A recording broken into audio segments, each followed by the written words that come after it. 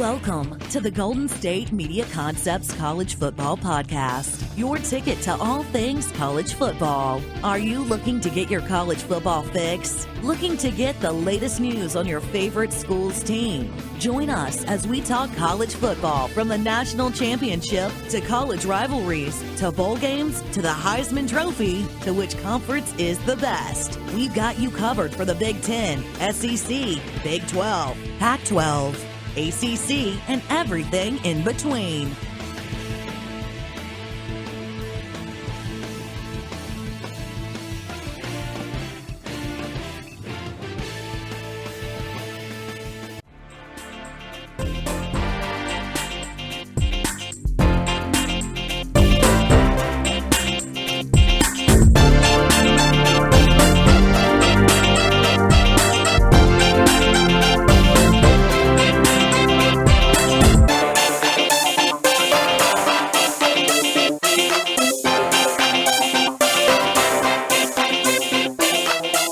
What is up? Welcome to the GSMC Football Podcast, the college football edition on a Wednesday today here. My name is Tom Dougherty. As always, this podcast is brought to you by the GSMC Podcast Network.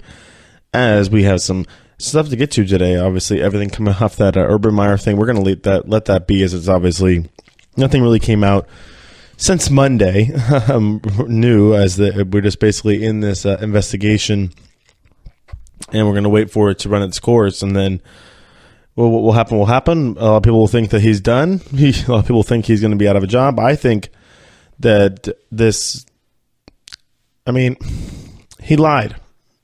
He lied to the Big Ten media members. He lied to the national media members at Big Ten Media Day. He said that he didn't have or wasn't in the right frame of mind, or wasn't prepared to answer the question correctly. Well, you said three false statements in one sentence. You said you never discussed it. You said it never came up, and you said that you didn't know anything about the issue in 2015 when Zach Smith, of course, then goes on ESPN and talks for however long he talked for, that weird interview that was very just kind of disturbing, honestly, because he just was, you could tell with the frame of mind of what that guy's got going on between the ears. But no, we'll let that lie as it is. That was just kind of I don't even really take that much stock in his interview. It's just white noise, honestly. But the Urban Meyer comes out and says, I failed on July 24th during the media days. And my explanation, well, you literally said false statements, and then you're coming out and saying, because their lawyer is trying to get you to articulate correctly now, and you come out with this big letter that, the chances that he wrote that letter are slim to none. Maybe helped draft it a little bit, or just here, Urban, sign this. It's just interesting. Kind of a head shaker. Do you want to see him coach there anymore? Do you think if he doesn't get fired, is he going to have this Johnny Rain cloud over the whole season? Obviously they're expected to be the third best team in the country, in the entire country this year. It could end up being one of the, if not better than that. It's tough to get up top of Clemson and Alabama. Clemson's pretty darn good this year. Honestly, we're going to get to that eventually in this show here when we get to this. I give you my fall camp updates and the storylines for this season, and how Clemson might actually be better off than Alabama this season because of the depth that they have on both sides of the ball. But we'll get to that in a moment. Just going to continue on with this Urban Meyer stuff a little bit here, just briefly to start off the show. Do you want to see him fired? Do you want to see Gene Smith fired? That's the athletic director at the Ohio State University. If Urban Meyer is then now coming out and saying that he handled the 2015 incident with the protocols that he was supposed to, and then now we have reports that we've had reports out that there was no conversation with Courtney Smith. There was no interview or does at all coming to talk to the accuser of these incidents in 2015. And now that just points, if they didn't talk to her, If Urban Meyer knew about it, Shelley Meyer talks to him about it. He calls in Zach Smith to talk to him about it. He denies it, but then maybe he comes out and finally gets it out of the guy. And it's like, yeah, this is what happened. And then he go at it through proper channels, proper protocol, passes up the flagpole. He's a football coach. There's other people above him that are going to handle disciplinary action. And Gene Smith just kind of lets it go and says, I don't want to deal with this. We don't need another scandal at Ohio State. Let's keep this in-house. And we're just going to kind of see what happens. I mean, what do you expect? It's 2015 then. It's 2018 now. Things are going to happen. I mean, there are, of course, other circumstances like, okay, why did it take 3 years for Courtney Smith to finally say something? Now that he's finally been fired, and he was fired because he violated a protection order that was finally granted to you this year. Actually, not even. I think he violated the protection order like the day or the day after it was granted. So then he was then let go by the university. I mean, it's just the craziest thing of all this, of the entire saga / scandal / transition of lies and deceitfulness, is the fact that the guy's a freaking wide receiver coach. It just makes me laugh a little bit. Like, really, Urban Meyer, you're gonna do this over a wide receivers coach? You're gonna have your I mean, I'm not gonna be the one. There's people out there. Oh, he's tarnished. His legacy is done. We're all gonna remember. Mm-hmm. If anything happens, it's our media cycle is way too fast. If he doesn't get fired, if he gets suspended, say he gets suspended for the first 3 games, they win all those games because they're against the cupcake teams. He comes back for Big Ten play, goes and wins a few more games. Oh, we're in week 4 of the NFL season. You're gonna think about this? I mean, you will, but you're gonna really give a big, oh, he should have been fired. Well, if anything, Gene Smith's probably get fired, because if Urban passed it up to his higher ups that are supposed to deal with the situation and it wasn't dealt with, no conversation was had with Courtney Smith, then that goes to show you that's right. That's it right there. Point blank period. Done right there. That it was a cover up by people above Urban Meyer. He only could do. I'm sorry. Football coaches coach football.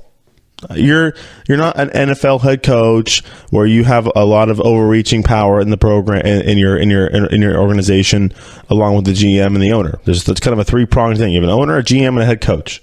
Maybe a VP of player personnel, a team president. In college, you got boosters. You got a university president who has to deal with his own meetings and things like that with the university. You have an AD who has, Ohio State, 25, 30 different sports he's got to oversee, and the football coach, and probably some football people in between Gene Smith and Urban Meyer who handle just the football aspect of it for Ohio State. I mean, this is royalty in college football. This is like basically. I don't want to compare here, but like you have Michigan and Ohio State. It's kind of like Niners and Cowboys in college football. It's just the way. Notre Dame, you can throw them in there if you want to be the royalty of football. But this is historic royalty. I mean, Alabama was good, and they weren't very good, and they got good again when Nick Saban came back. Florida, I mean, no. This is Big Ten football, Notre Dame football, all that kind of stuff. That's football royalty, and Ohio State's very much instilled into all of that. And it's really interesting to see how this is all going to go forward, because there's a lot more problems here. It's not just Urban Meyer. It really isn't. Obviously, Zach Smith has issues. He needs to go get handled. I don't want to absolve Courtney Smith of anything. She took 3 years to come out and finally had to go do some media grab to get attention, and then push this all into view. I mean, if you really ever having issues, don't let yourself get swayed in 2009. Oh, Thomas is short-sighted. She was pressured. Yeah, she was pressured by some big names back in 2009. And then you don't get out, and 2015 rolls around, and you're having abuse and problems happening in your house. And I don't know.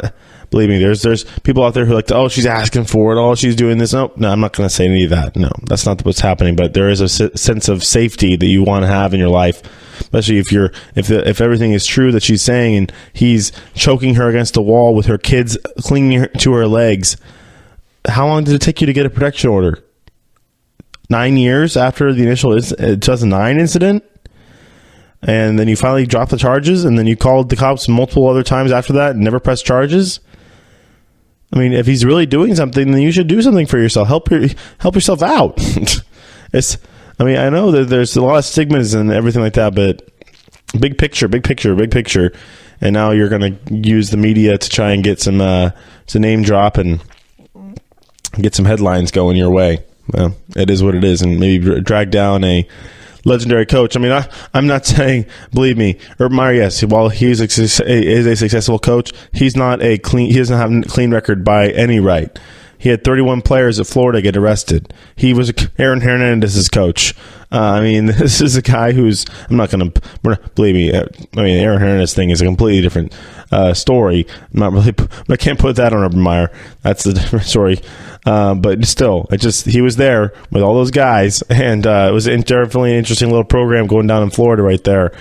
And then you had the other dichotomy of it is the fact that you had Jesus on earth, Mr. I'm going to kneel down and take a prayer. Tim Tebow on that team as well, but it is what it is. That was in Florida. Now he's at Ohio State. It's a school that I never really saw him fit in there, and he never really felt like Ohio State to me. I mean, I always kind of accustomed. Matched him up with the Florida, just thought of him when it comes to Florida. He didn't really look like he was in place there either. I don't know. He doesn't look like your normal football coach to me. I don't know. But it doesn't matter. It's an optics thing. This is more of a actions thing. And if you think that he covered it up, I don't know if covered it up is the right word. But did they do their hardest due diligence to try and figure it out? No. Because when you have in-house problems, you're kind of in denial in yourself, then you have a tendency to half-ass things and not go full bore on an investigation. Obviously now you get some other outside people going on this investigation, and it works out it's going to work out a little differently, I think. I would not be surprised. I would not be surprised whatsoever if this investigation concludes and they find that Urban Meyer wasn't really at a fault.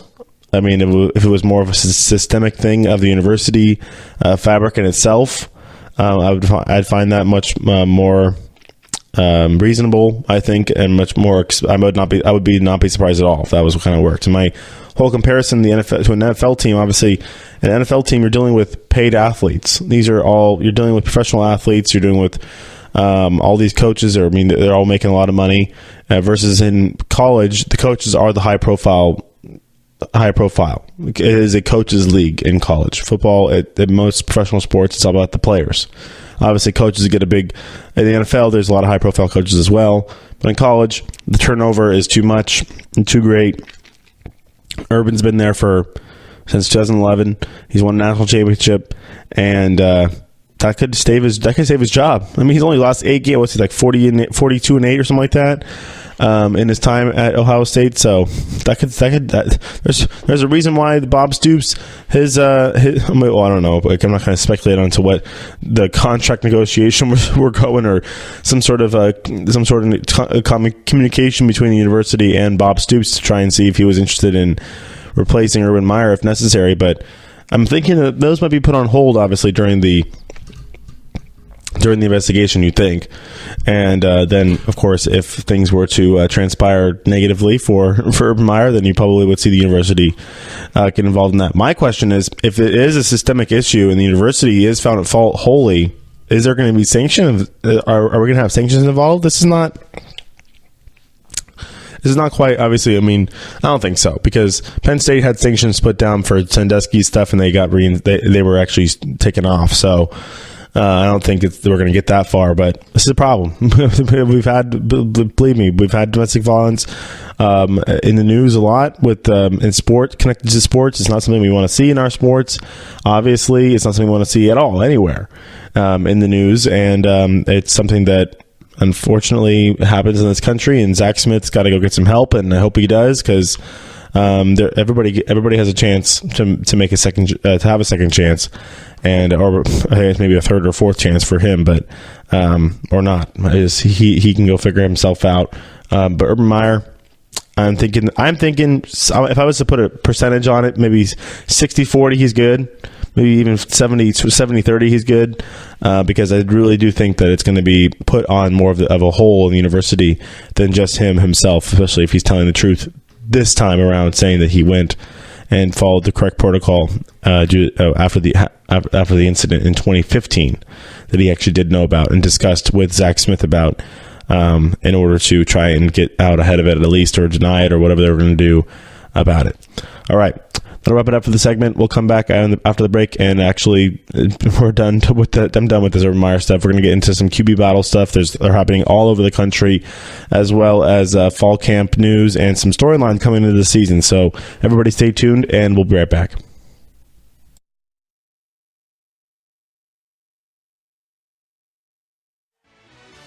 Are you looking for help for your fantasy football team? Check out the GSMC Fantasy Football Podcast. Get today's best advice on who to start, who to sit, even who you should draft. From sleeper picks to red-hot lineups, they got it all covered for you. That's gsmcpodcast.com/fantasy-football-podcast. We'll cover traditional leagues, dynasty, PPR, even IDP leagues. When you need fantasy help, there's just one show to hit up. Don't forget to like them on Facebook and follow them on Twitter. Visit gsmcpodcast.com for more info.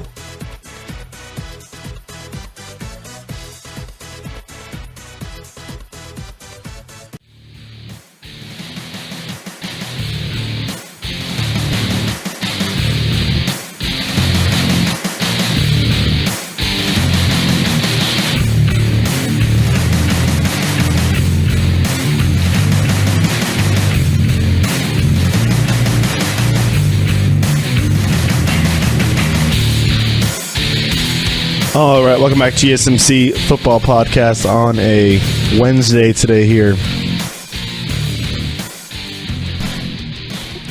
As we're going to get into some stuff regarding the QB competitions as they're kind of happening all around the country. We went over, obviously we know the big one is at Alabama. There's more going on. LSU, USC, UCLA, Texas A&M, Texas, Florida, all of them. Ohio State, even Georgia.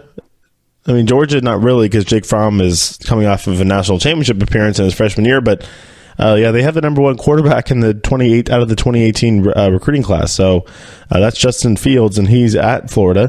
At Georgia, and he wants to play too. So I would try and see if Kirby Smart's going to have to deal with that one, obviously. Not a bad problem to have, actually, because, if you are looking for a quarterback, you like to have a couple different ones to choose from, because just in case somebody gets hurt, or it is what it is. Works for you if you got some options. All right, going over this stuff regarding Alabama, the Tua versus Jalen, and how the media is handling this is really interesting, because I'm seeing reports out that this is like the hardest decision that Urban Meyer's ever made. I'm getting reports out that say this is it should be an easy decision because you already made the decision back on July 3rd, July 6th, or whatever it was, when they won the national championship. But, I think that you obviously have to make a decision between a guy who has played probably a quarter, a sixth, a fifth of the snaps that Tua Tagovailoa, that's the Jalen Hurts has played. And for a head coach, that could be hard. That could be hard to try and move along, because you know that you have a guy who's put the work in, who's a veteran presence in that locker room, and versus a guy who is going to set. I don't know. I feel like the risk reward is worth it with Tua. I've always said that I think Tua is going to get it because of that very risk reward, and the fact that you have the ceiling is so high versus Jalen has reached the ceiling. He has. As a quarterback, I believe he's reached the ceiling. Tua has already shown in this small sample size that he has the ability to drive the ball down the field. He's got the touch. He has the ability to extend plays. I mean, Jalen can do that. The last thing, extending plays out with his legs, but he's not been shown the ability to reset his feet, to reestablish a launch point, to try and get the ball down the field, or at least show that touch around the sideline. He hasn't been able to do that. He couldn't really move the ball that much at all through the air against Georgia, and that was why you saw Nick Saban make that move to put Tua in and get the ball moving down the field more. I mean, Alabama has never really been your big passing team anyways. Obviously, they've had receivers. They've had some good receivers too, believe me. But they never really have been your big throw it down the field 50 times team. Has been relying on the running backs, using the running game, being balanced on the attack. And I think that when you have a guy like Tua Tagovailoa, he can really work that out better. Because Jalen, obviously, they both have the threat to run.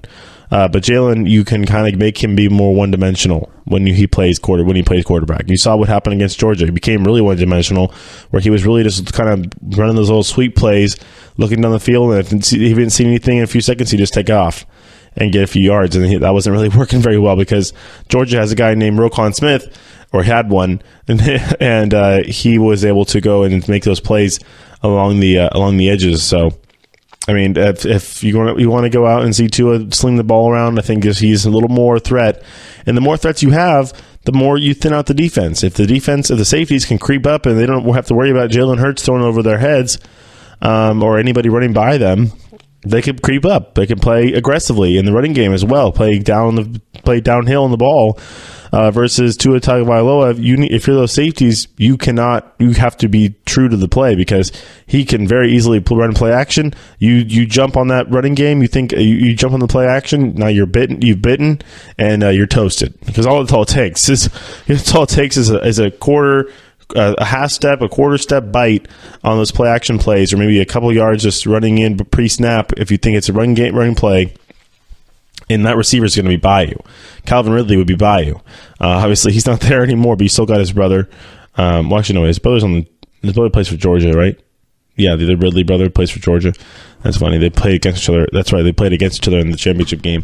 But yeah, so somebody. I'm sure there's going to be that. We've had three. No, this is Calvin Ridley. We'll see how I don't know if he's going to have quite the career. But he's not. If he's going to find out he's going to be on the same team as Julio Jones, actually. So. There you go. And you obviously Amari Cooper over in Oakland as your other top receiver to come out of Alabama lately. So it is interesting. We're going to see what's going to happen. I think, it is one of the biggest decisions Nick Saban has ever made. Obviously, it's not set in stone. He could put Jalen Hurts in, and Jalen could have a rough quarter or a rough half or even a rough game, and they can still win with their running game and with their defense. And then you could say, no, I didn't like what I saw from Jalen. We're going to go with Tua. And that's it. That's all it takes. I don't think you're going to. The only problem is then you have some extreme expediting circumstances outside that, with whether it's team attitude on the move or people were rallied around Jalen Hurts. Because I mean, we've already heard Nick Saban. I've talked about on the show. Nick Saban said that he wants to see whoever gets the job win the job from the team. They want the team to be won over by the quarterback that is going to lead this team. And, I mean, you're putting pressure on 20, 22, 23-year-old guys, some 19-year-olds as well to really kind of pick your play. I don't want to say play favorites because it's not playing favorites. You're picking a leader, basically. And but it could be difficult because they could be liking both. They could like both those guys. They could have relationships with both of them, and they're just young kids. And you're the coach, Nick, Coach Saban. You get paid a lot of money to make these decisions. Why don't you make the decision? But I don't know. It's just Tom. He just said it to the media to get him to be quiet. He didn't actually mean it like that. Well, it's possible. Nick Saban could have just said that. Oh, they have to win the team as a kind of a cliche statement. It's probably possible because it is a cliche statement. But also I kind of believe that he wants that to happen because the best case scenario, the team is definitive and it feels much more comfortable being led by Tua versus being led by Jalen or vice versa. Worst case scenario, the team is split and you have half the offense likes this guy and half the offense likes this guy, or the receivers like this guy and the offensive line likes this guy, or whatever it might be. Then you're going to have a problem on your hands and you're going to have some conversations. But fortunately, I feel like in Alabama, that program has such a culture instilled in there. They know it's like a very business-like attitude in those facilities. And I think if their coach really wanted them to make a decision, they would come together and make a decision on who they want to lead them, or at least show during practice who they get rally behind more as a whole. So that should make Nick Saban's decision a little bit easier for sure. Out in LA, actually, so you have Wilson Speight transfer to UCLA, and he's not even, I think, in the top 2 of actually getting decided on, because you have Devin Monster out there who likely will be the starter. He's been kind of groomed underneath Josh Rosen. He's shown the ability to play in that kind of, well, in a similar kind of system as Chip Kelly. Obviously, Chip Kelly will be able to get the most out of anybody, I think, especially if you got some speed. Chip Kelly can use you pretty much in his schemes, because you saw what they did in Oregon. DeAnthony Thomas was really, really good. Obviously, he's playing. Was able to play the next level. So, and same thing with LaMichael James. Remember LaMichael James? I mean, he didn't really last that long in the NFL, but he's good. He was good in Oregon. And it's going to be interesting to see what they do. I thought that maybe it'd be an easy Dorian Thompson-Robinson was going to be able to really have a shot at getting this job. Devin Monster is also being considered along with Wilson Speight also, and looks like the Monster is the favorite in the clubhouse, or at least on the field, as they still are going to be going through their fall practices. But we're under a month away. This is a short-term decision kind of thing. Decisions were. We knew we were going to have to make these decisions. At least the coaches probably did for a long time. But now it's kind of getting to the point where they have to start making one. And if you watch like any football show or any like Hard Knocks or any type of behind the scenes workings on coaches, they have a tendency to wait till the last possible minute and then evaluate everything as a whole, which isn't the worst thing to do. Honestly, it's not a bad tactic. But I think Chip Kelly coming in there in his first year, Wilton Speight does not match his. That's not the quarterback you want to use in your offense that you're trying to instill there for the first year. I think you're going to probably get the most out of Monster, who definitely has the ability to run, and then Dorian Thompson-Robinson will still be there for your future, because he's just a youngster. I think he's going to be either an incoming freshman or a redshirt freshman. So I can double check that one. Yeah, so I mean that's at UCLA. The best one I think is at LSU actually, other than USC. USC. I'm sorry, Matt Fink. I'm sorry, Jack Sears. I know you were there all year during spring practice, but did you watch the guys' tape? Have you seen JT Daniels play football? Have you seen how excited the coaches get when they found out that he was going to be available to come this year instead of having to wait a whole another year? They got him on campus ASAP, Rocky. He was on that campus working with those coaches, studying the playbook, all the kind of stuff, like ASAP. He didn't even wait till he graduated. I mean, did he graduate his junior year early? Like, he was there already in the spring of this year. So, like, he wasn't working out with the team, but he was at least in the offices with in the quarterback room with the coaches. So, I mean, he could have been finishing up obviously he graduated a year early, but he could have graduated a year and a half early. Interesting, but no, this guy's been touted as the next. I mean, of course, you always want to give the tag as the next best player. So, next Tom Brady. If Zion Williamson at Duke is the next LeBron, then you think JT Daniels at USC is the next Tom Brady. And I mean, a very well it could be. Tom Brady was. The thing about quarterbacks is, look at the top quarterbacks in our league right now in the NFL. Let's quickly a little NFL the last minute here. Just trying to, because these comparisons are hilarious. Tom Brady went to Michigan, didn't have the best career. Drew Brees went to Purdue. Ben Roethlisberger went to Miami of Ohio. Phillip Rivers went to NC State. I'm pretty sure. I'm double checking that, but I'm pretty darn sure he went there. Eli Manning went to Ole Miss, even though he's not really a top quarterback anymore. Aaron Rodgers went to a junior college before going to Cal.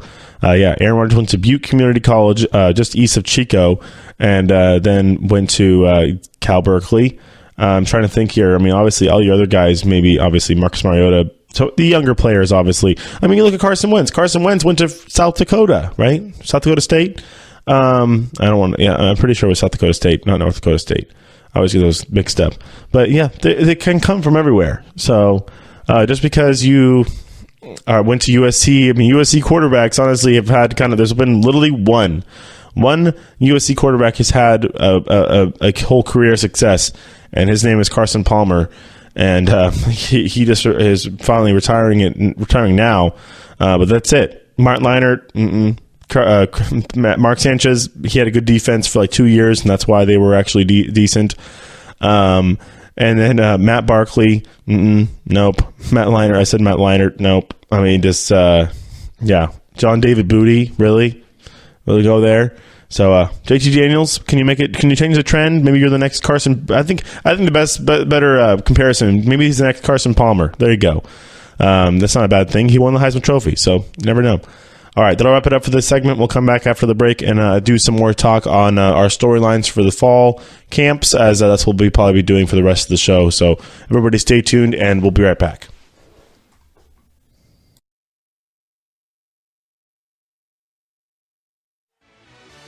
Check out the show that's built on the MMA. From the UFC to extreme cage fighting, they got the fights covered. Check out the GSMC MMA Podcast. Get the latest news on past or upcoming fights. Join us as we talk to and about some of the biggest names in the MMA, past, present, and future. When it's the fight game, there's just one show to check out. GSMCpodcast.com/MMA-podcast. Don't forget to like them on Facebook and follow them on Twitter. Visit GSMCpodcast.com for more info.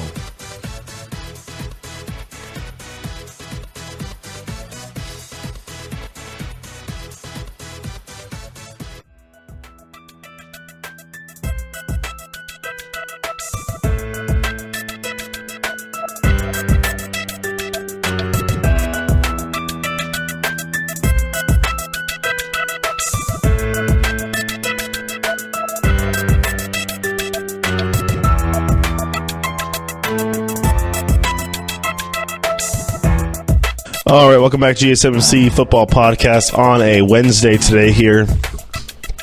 As we were talking about some quarterback competitions, there was one I was actually trying to allude to before I sidetracked myself and went on my little JT Daniels rant. But the other one that's really compelling, actually, and this is a team that is looking to get back into the conversation in the SEC, and that's LSU. And they...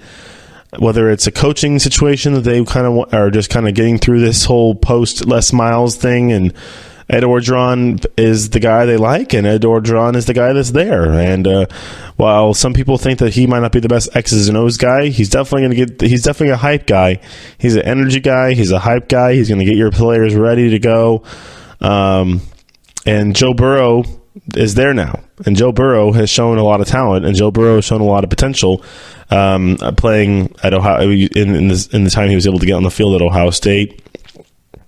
Obviously, once he kind of figured that the job was leaning towards Dwayne Haskins, he was able to get his transfer worked out, a graduate transfer to go over to LSU, and now he's the favorite to win that job. So the two guys that were there already before are probably not too happy. Can't be too happy about that, obviously.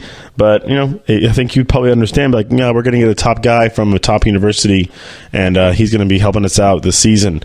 And whether bring it on the challenge, or kind of like we wanted to go at this our own way. It is what it is, and it's probably tough tiddly. Yeah, I said tough tiddly LSU quarterbacks. And sorry, because I think Joe Burrow is going to come in and be Mr. Studio Job.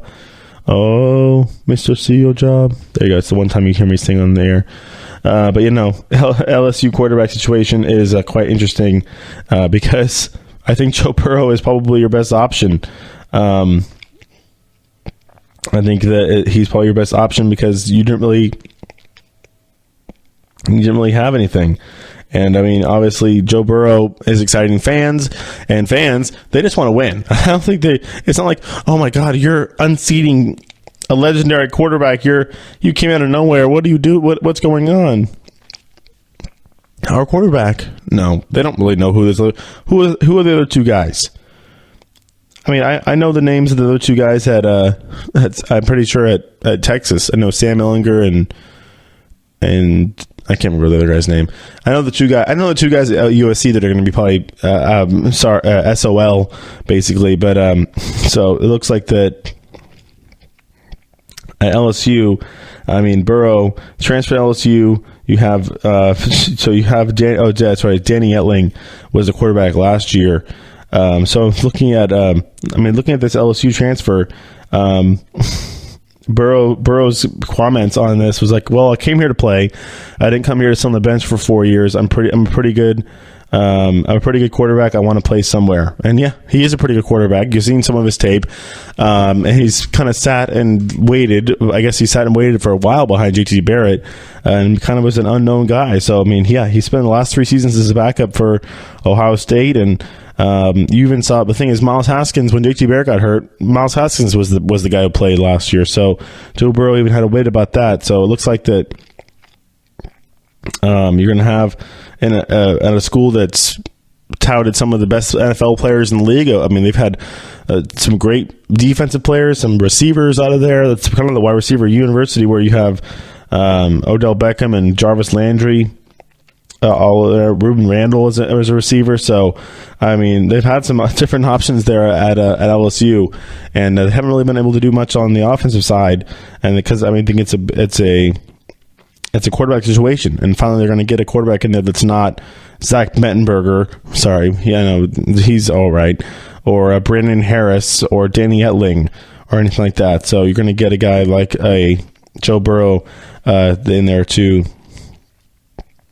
try and actually work that out right and get LSU back to where they want to go this season. So that's pretty good for LSU. I mean, there's the other ones going on. Texas, I don't know what Tom Herman's going to have to do. I think why can't Tom Herman find a guy? Where's Tom Herman's guy? Where's his quarterback? You can't go around around high school and find a quarterback. A top quarter. You're the head coach of the Texas Longhorns. Go recruit, baby. Come on, go recruit. Why are you still dealing with Sam Ehlinger and the other guy whose last name I can't pronounce? I think it's Bushiel or something like that. I don't want to just absolutely wreck his last name, but I mean, it's just ridiculous. Why you can't? I mean, you had the best quarterback in Texas college history go to A&M and then transfer to Oklahoma and not go to your school. It just doesn't make any sense. Looking at these quarterbacks, Shane Bushiel. I think it says I'm pretty sure that's how you spell it. It's not Bushieli. It could be, I guess. And then Sam Ehlinger as well. So, I mean, it looks like Ehlinger has kind of got that, is sitting in the number one spot, and nobody really, I mean, I don't know if anybody really going to be the one to take that away from him. I don't know. It was definitely a split action last year, as the Shane Belushi is the Bushiel is the junior, 6'1", 205. Sam Ehlinger, sophomore, 6'2", 230. And then you also have Cameron Rising, as maybe this is the quarterback I'm talking about. He's from Newberry Park, California, 6'2", 209, as well as Casey Thompson from Newcastle, Oklahoma, 6'1", 104. So if Cameron Rising is the guy that's going to rise on up through the ranks and take that job, maybe, or it's going to be a guy who was already there before Tom Herman got there. It will remain to be seen. It is Texas. I don't really care. Honestly, I could care less if Texas plays well or not, because the Big 12 is not my favorite. But I feel like college football is better when Texas plays well. It's better when USC plays well. It's better than when Notre Dame plays well. Obviously, we have a lot of our historic schools. I mean, Nebraska's going to be back on the old map. Obviously, they get Scott Frost in there, and they have a quarterback competition going on a little bit as well. There's ones that are much more kind of you could see the ending of it. And you can see the decision kind of out in the the future sitting out there, instead of Alabama where it's like, I don't know, toss a coin. Who is it going to be? I think just Adrian Martinez looks like that is going to be, or maybe Tristan Gebbia will likely be the guy who gets the job, as Gebbia looked really good during the spring game. But obviously, these coaches are not in any rush to name a starting quarterback. Whether they need to do it before the last week of the spring or the fall practice, or the second to last week of fall practice, they probably have an idea in their head of what is the best, what's their cutoff time to make a decision, and at least because you could tell a guy privately, hey, I don't want to get this up. We're not releasing this. We're not releasing this to the media yet, but I'm going to tell you right now, we're going to go with you to be the starting quarterback, or we're going to go with the other guy to be the starting quarterback. So they can kind of let people know in house without releasing it to the media very easily, obviously. But no, these days with college sports and college football the way it is, and the media game that it is, and even got me talking about it 3 days a week, which is great. I mean, honestly, it's great. We're getting into the point right now where we're going to have a lot to talk about. Obviously, the Urban Meyer stuff we don't like to talk about, but it's there, and we kind of have to do our comments on it. But college football is going to be in full swing pretty soon here. We're going to have we have some really, really cool storylines to get to in the next segment. I'm going to kind of highlight a lot of them now as we mean. We can start it off now. There's a bunch of them to get to, as each top 20. I mean, we'll go through most of the top 25 with these storylines. But I mean, obviously, the one we were just talking about with Nebraska and their quarterback, that's not the storyline. The storyline is Scott Frost and getting Nebraska back to the prowess that it once was at in the 90s that you saw, and there's definitely a way to do that. And part of that is coaching. A lot of it's coaching, and Scott Frost definitely what he was able to do at UCF is very, very encouraging, and is something that a Nebraska Cornhuskers fan has got to be really excited for, because he could do that very easily at Nebraska. All right. Looking around here, I mean, these storylines. Obviously, Alabama loses. Their main issue for this season is they're going to probably be their secondary, and trying to figure out how to retool that, as they did get a bunch of. Obviously, Minka Fitzpatrick is gone in the draft as well. They're going to have a couple of true freshmen in there. Patrick Surtain Jr., Josh Joby. Will able to step in and make an impact. That's probably something that you'd hope, obviously. But I mean, coaches, obviously, they're gonna have a bunch of guys in there, probably that they could hand pick, and whoever's playing the best, you throw in there. And if you need to rotate a guy out, it's a next man up mentality at Alabama, and they've been able to do that for a long time. So, the secondary lost every major piece that it needed, especially Minka Fitzpatrick. To the draft last season. Clemson, they don't really have an issue. They're pretty buttoned up. Their defense is going to be lights out. They have a good problem to have with Kelly Bryant and the Trevor Lawrence situation, quarterback. I mean, if you're Hunter Johnson, you're like, yeah, deuces. I understand that, but I mean, whether it's going to be Bryant, whether it's going to be Lawrence, I mean, it's just it doesn't matter. This team is going to be a powerhouse. They're going to roll through the ACC schedule. Their main issue right now is maybe adding a tight end, or getting another weapon down the field for a quarterback in a play action scenario, or maybe just adding some sort of a guy who can stay in and block and be a versatile guy.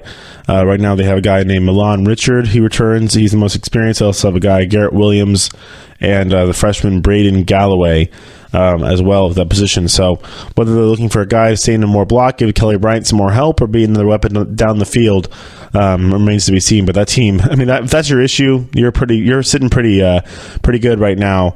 And the Clemson Tigers are definitely doing that. I mean, if your thing is if you're Trevor Lawrence, I just hang out. Like, dude, I know I'm gonna play.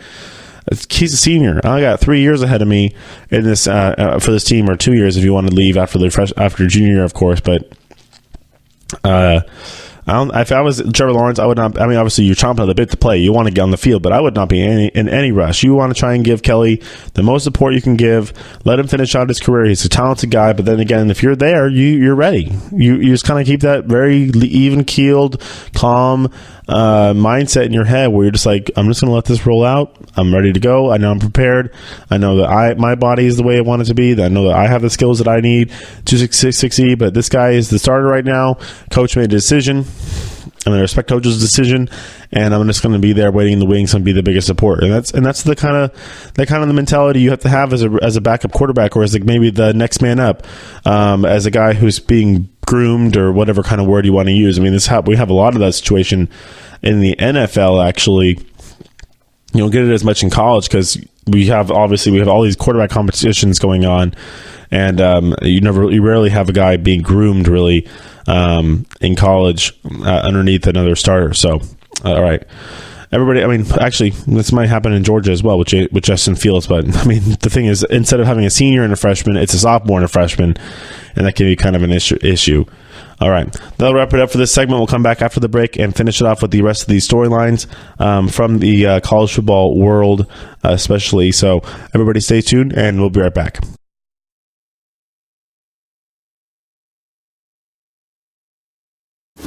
Check out the show built around the women of MMA. From the UFC to the extreme cage fighting, we got the fights covered. Listen. It's the Golden State Media Concepts Women's MMA Podcast. The latest news of upcoming fights, discussions of previous matches. Join us as we talk to and about the biggest names in women's mixed martial arts, past, present, and future. When it's the women's fight game, you know where to listen to. The Golden State Media Concepts Women's MMA Podcast.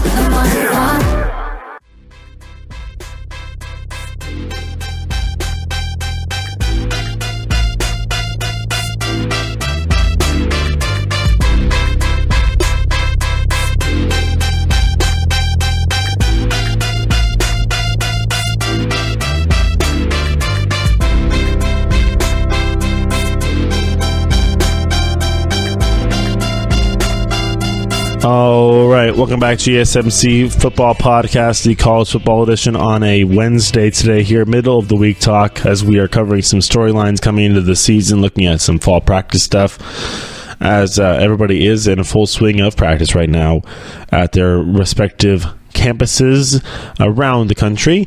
I mean, we're getting closer and closer, folks, as we are under a month away from college football. Of course, the first week of college football, always the week ahead of the first week of the NFL. And then college football does a great job of making sure we get some good games scheduled for week one, and some good neutral field games. We have a good field. We have actually the Notre Dame Michigan game, I think, is at Notre Dame. It's not a neutral field game. That's going to be a good one. The Washington Auburn game probably will be the marquee matchup of the weekend, as it is the highest two preseason ranking teams going against each other.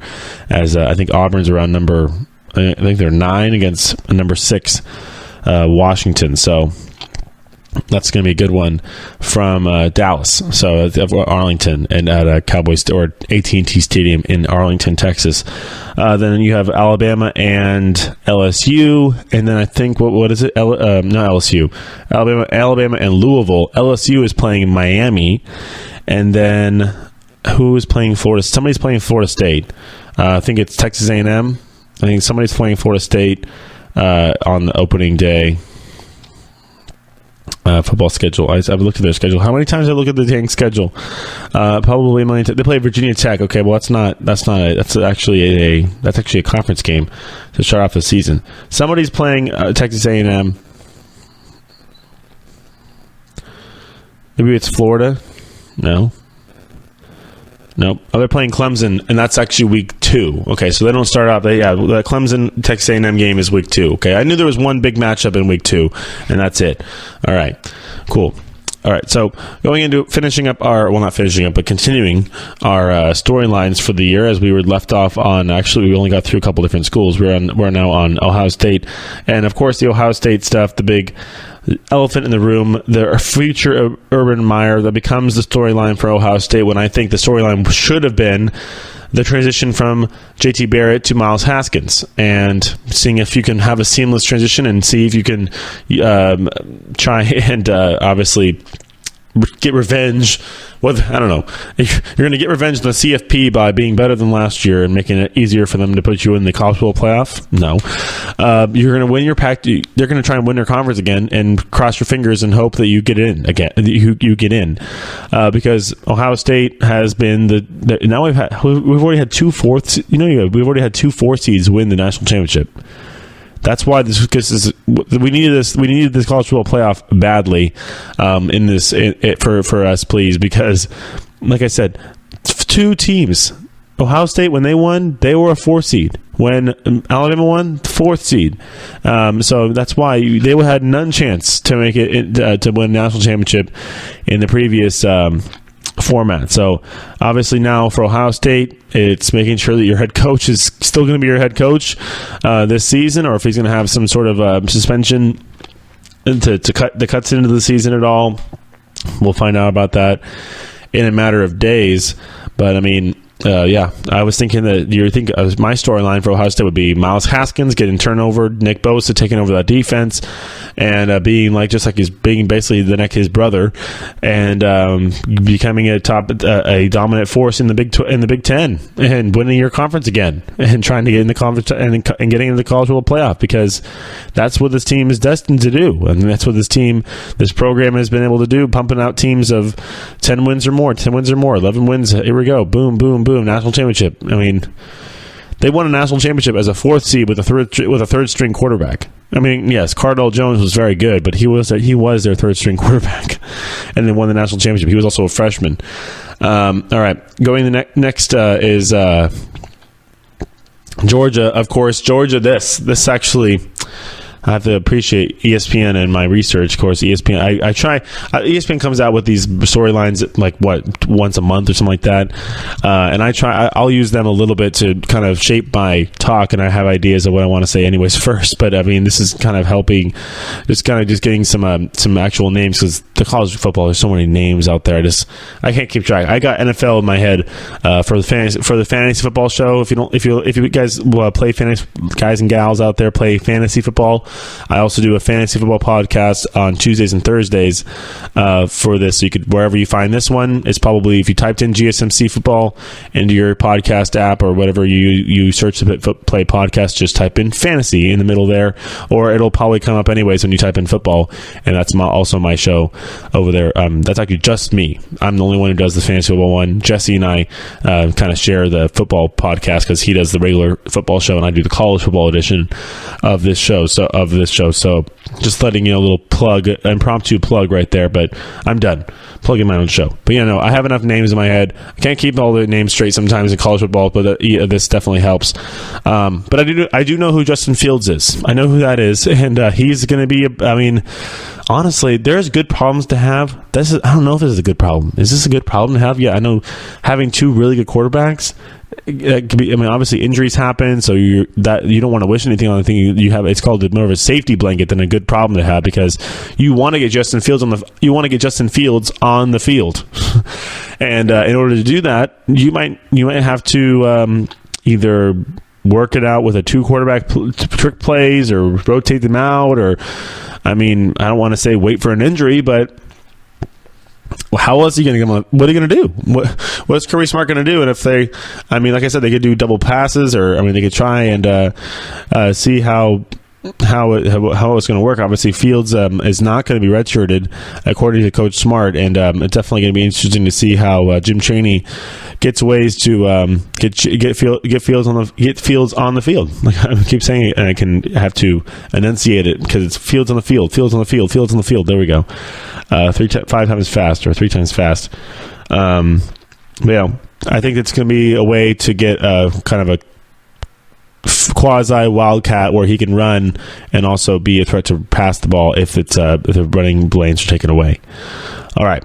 Next up, was Washington. They lost. Obviously, they have the quarterback coming back. They have a running back coming back. They lost some good key members of their defense. Also lost their top wide receiver in Dante Pettis to the draft. So looking to find a guy who Jake Browning can can rely on this year is going to be key. Obviously, John Ross goes the year before last, and then Dante Pettis is gone.